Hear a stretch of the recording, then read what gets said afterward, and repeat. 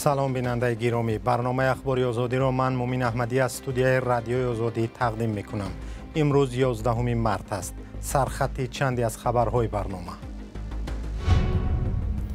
جوانی که در شهر وحدت با نشر یک ویدیو درباره ابله پرزیدنت را تنقید کرد به مهلت 5 سال زندانی شد.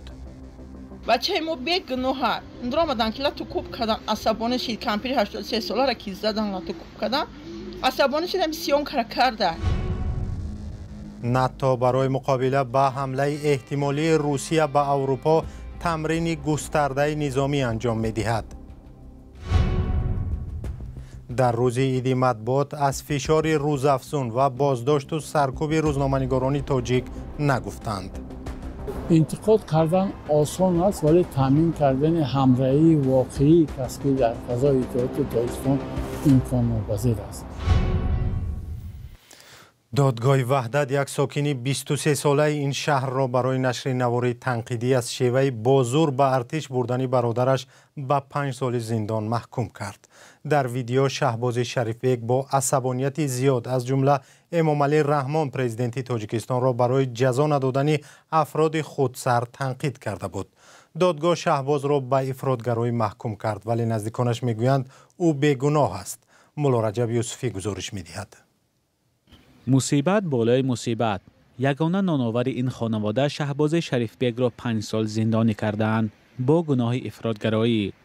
حکم دادگاه 19 ینور صادر شده است و ماه مارس شهباز را برای ادای جزا به زندان خوجند فرستادند. از دست نزدیکانش بجز التجا دیگر چیزی نمی آید. بچه ما بیگناه درآمدن که لاتو کوب کردن، عصبانی شد. کمپیر 83 ساله را که زدن لاتو کوب کردن، عصبانی شدم سیون کرده. این یگان کاری بد نبود. من از جناب ولی خواهش دارم که سر یتیما را دستمال میکنه همیرم دستگیری کنه برورشه. این خانواده دوام 6 ماه بارها به دستگاه اجرایی پرزیدنت و دیگر اداره‌های دولتی مراجعت کرده است. درخواستشان این است که شهباز را آزاد کنند و کسانی که این پیرزن را لطوکوب کردند جزا گیرند. هر دو درخواست بی نتیجه مانده است.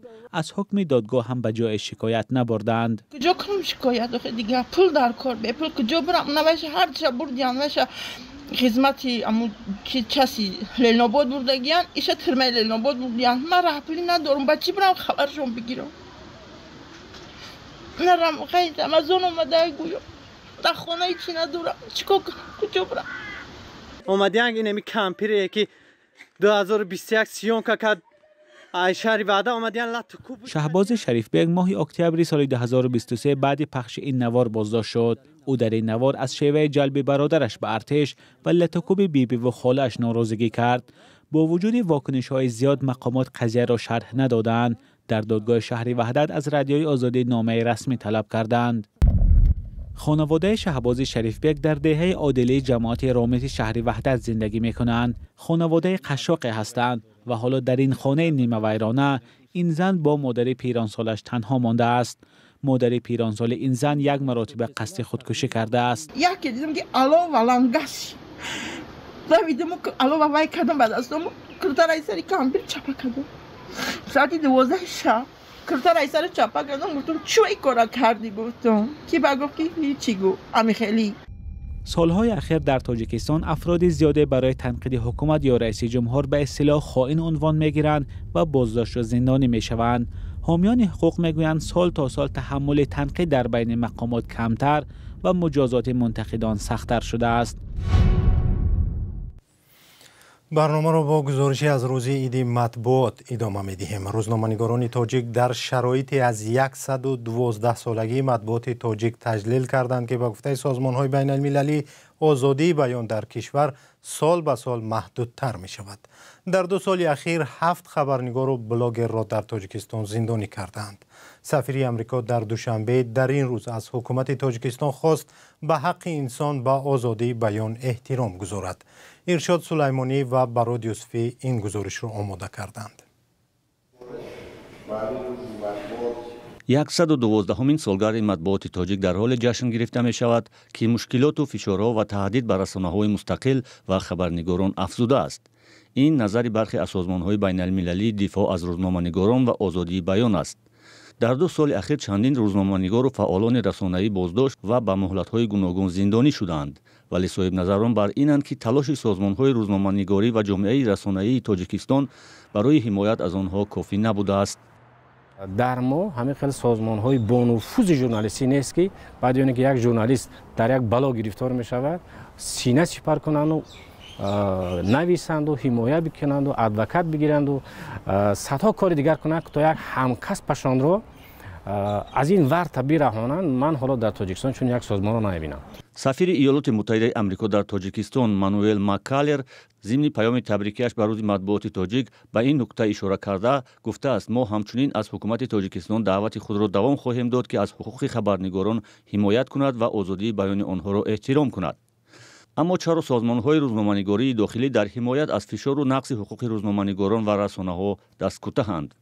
интиқод кардан осон аст, вале таъмин кардани ҳамроҳии воқеии касбӣ дар фазои иттиҳоди Тоҷикистон имконнопазир аст.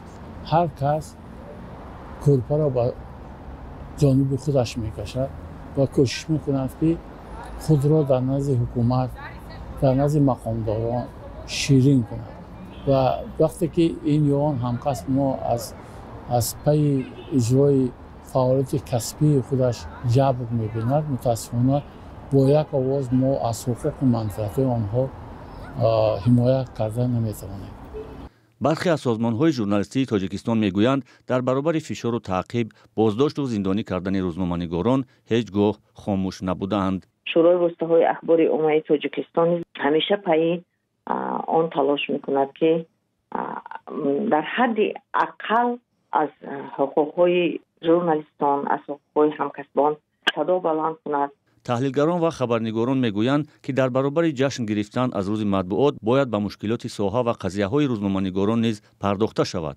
ҳозир созмонҳои журналистие ки чанд та дар Тоҷикистон ҳастанд, он қадар фаъолияти назаррас надоранд мутаассифона, ки дар ҳамин рӯз ҳамаи журналистоне сарҷамъ кунанд, муассисои расонаҳое сарҷамъ кунанд, он рӯзноманигорое ки мушкили ҳуқуқӣ доранд, мушкили иқтисодӣ доранд, ҳама инҳои сарҷамъ кунанд ва аз мушкили инҳо суҳбат кунанд ва роҳи ҳалли ина пайдо кунанд. созмону кишварҳои ғарбӣ солҳо боз ҳукумати Тоҷикистонро барои маҳдудияти озодии баён, бастану аз саҳна рондани расонаҳои мустақил ва саркӯби хабарнигорон танқид мекунанд.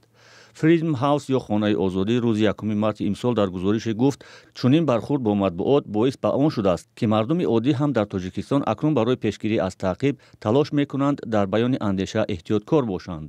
ин созмон чунин вазъиятро нигаронкунанда номидааст. идомаи барнома. Як созмони ҳомии ҳуқуқ рӯзи 8 март дар гузориши роҷеъ ба хушунат ва ҷабру зулм ба занон дар Тоҷикистон гуфт, ки ҳукумат бо вуҷуди қабули барномаҳои зиёд натавонистааст пеши бадрафториву зулму ситам ба занонро бигирад. ҳамкории байналмилалӣ барои ҳуқуқи башар, ки дар Белгия қароргоҳ дорад, дар як гузориши зери номи баъди издивоҷ зиндагии ман тамом шуд гуфтааст, ҳукумати Тоҷикистон барои поён додан ба ин тамоюли бад бояд кори бештаре анҷом диҳад. ҳамкорам Зарангез Наврӯзшоҳ ин гузоришро омӯхт ва дар студия бо мост. Зарангез, муаллифони ин таҳқиқот дар бораи миқёси хушунат ба занон дар Тоҷикистон чӣ мегӯянд? бале, салом бинандаи азиз. мумин дар ин гузориш омадааст, ки мисли солҳои пеш маълум кардани миқёси ҷабру зулм ба занон дар Тоҷикистон мушкил аст. зеро ҳукумат омори комил дар бораи бадрафториву зӯроварӣ ба занонро нашр намекунад. айни замон худи занони ситамдида аз тарси афкори ҷомеа ё гапи мардуму атрофиён ва ҳам аз тарси интиқом ба ҷое муроҷиат намекунанд. аммо дар ин гузориш омадааст, ки ҳар дуввумин зани тоҷик дар як давраи умри худ латтукӯб шуда ё таҳти фишори равониву иқтисодии шавҳар ё аъзои дигари оила мондааст. дар ин гузориш нақли чандин занеро оварданд, ки чӣ гуна шавҳар онҳоро бераҳмона зада аз хона рондааст ва ё кӯдаконашонро гирифта нишон намедодааст. Зарангез, он гуна ки медонем, ҳукумати Тоҷикистон чандин барнома барои решакан кардани табъизу хушунат ба зидди занон қабул кардааст. оё ин барномаҳо самари доданд? нигоҳи мардум ба масъала тағйир ёфтааст ё на? در تحقیق تازه درباره خشونت به پژوهش دیگری تکیه کردند که یونیسف یا بنیاد حمایت از حقوق کودکان انجام داده است. در این پژوهش از سال 2022 بیشتر از 75% پرسیده شده ها گفتند خشونت نسبت به زنان و دختران در تاجیکستان زیاد پهن شده یک مشکل جدی است. اما نقطه نگران کننده این است که تقریبا نصف آنهایی که نظر دادند گفتند زدن و عذاب دادن زن در خانه کاری خصوصی عائله است و نباید کسی به آن دخالت کند.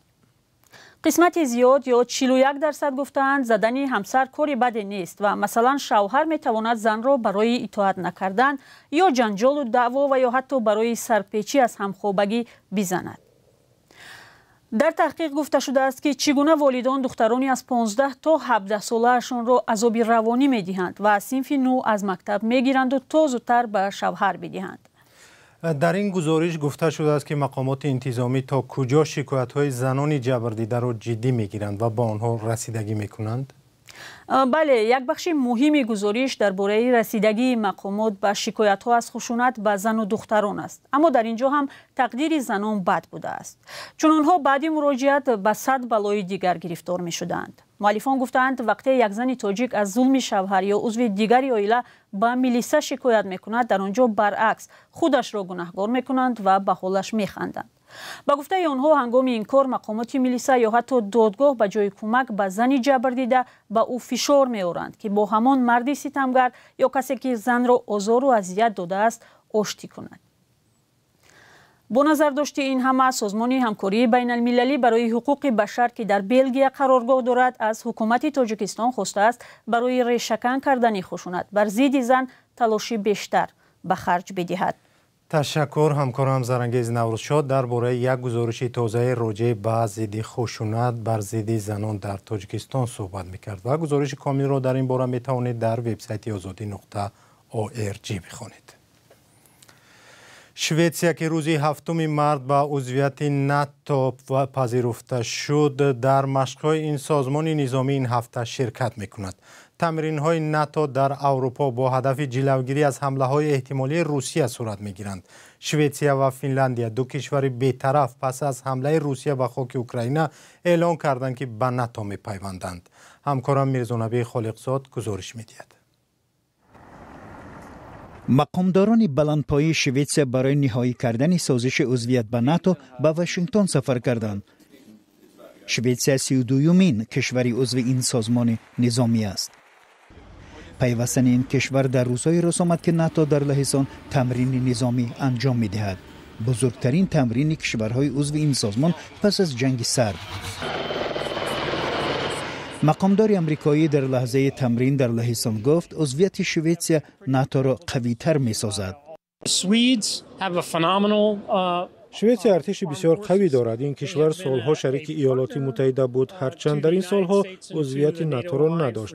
صنعت اسلحه‌سازی آنها امریکا و ناتو را قوی‌تر خواهد کرد. با عضویت شویتسیا به ناتو این سازمان نظامی به بحر بالتیک دسترسی پیدا خواهد کرد. منطقه‌ای که راه کلیدی فروش نفت روسیه از اینجا می‌گذرد و یک فلوت بحریش نیز اینجا مستقر است. در شمال لهستان که در مرز ولایت کالینینگراد روسیه است، نیروهای نظامی کشورهای گوناگون در کنارهای رود ویستولا تمرین می‌کنند. هدف اصلی تمرین آزمایش توانایی‌های نظامی ناتو در جنگ واقعی است. پس از حمله روسیه به اوکراین، ناتو روسیه را تهدید به اروپا نامید. مقامداران ناتو میگویند پیامشان این است که آنها آماده دفاع از هر کشور عضو سازمان هستند. ناتو برای پیشگیری از دو خطر، تهدید روسیه و تروریسم آماده می شود. آن چیزی که شما اینجا روشن می بینید برای مقابله با تهدید احتمالی روسیه است. ما این را بسیار جدی می دانیم. این تهدید ما را به این تمرین وادار کرد. می خواهم تاکید کنم که ما یک سازمان دفاعی هستیم. ما برای دفاع از کشورهای عضو آماده می شویم. آمادگی برای تمرین کشورهای عضو ناتو زمانی شروع شد که روسیه به اوکراین حمله کرد. رفتارهای روسیه در چند سال اخیر و حمله‌اش به اوکراین خطری بزرگی برای کشورهای اروپایی ایجاد کرده است. پس ما همه روزه آمادگی خود را برای محافظت از خاک خود تقویت می‌دهیم. ما برای قوی شدن تلاش می‌کنیم. در بحرها هم در ارکتیکا و اتلانتیکا تمرین می‌کنیم تا آماده باشیم و از هر گونه حمله احتمالی